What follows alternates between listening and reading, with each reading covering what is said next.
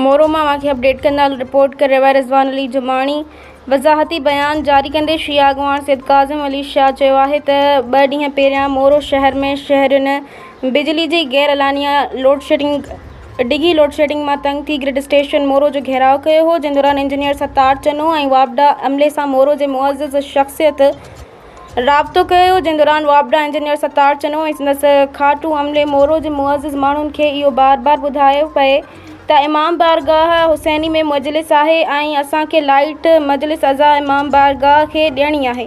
इन करे तव्हां शहरनि जी लाइट कटे इमाम बारगाह खे मुहैया कई पई वञे। शदीद गर्मी ऐं डिघी लोड शेडिंग जे करे मोरो जे शहरनि में हिकु ग़लति बयानी पैदा करण ते शिया रहनुमाउनि जे ख़िलाफ़ हिकु सख़्त कावड़ जो इज़हार कंदे हलंदड़ मजलिस जे दौरान इमाम बारगाह हुसैनी जी लाइट बि बंदि कराए छॾी ऐं मुसलसिल 4 कलाक इमाम बारगाह हुसैनी जी लाइट बंदि रही हुई। कुझु ग़लति बयाननि सबबि मोरो जे शहरनि में नफ़रत फैलाइण जी कोशिशि कई वई।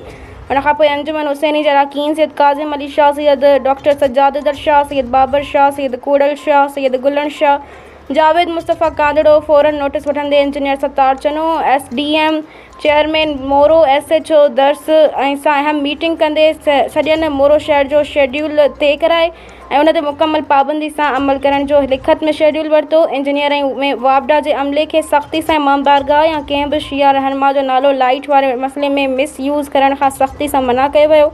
इमाम बारगाह ऐं मुहर्रमुल हराम जे नाले ते कंहिं बि शइ खे लाइट वारे मामले में तंग न करण जो चयो वियो।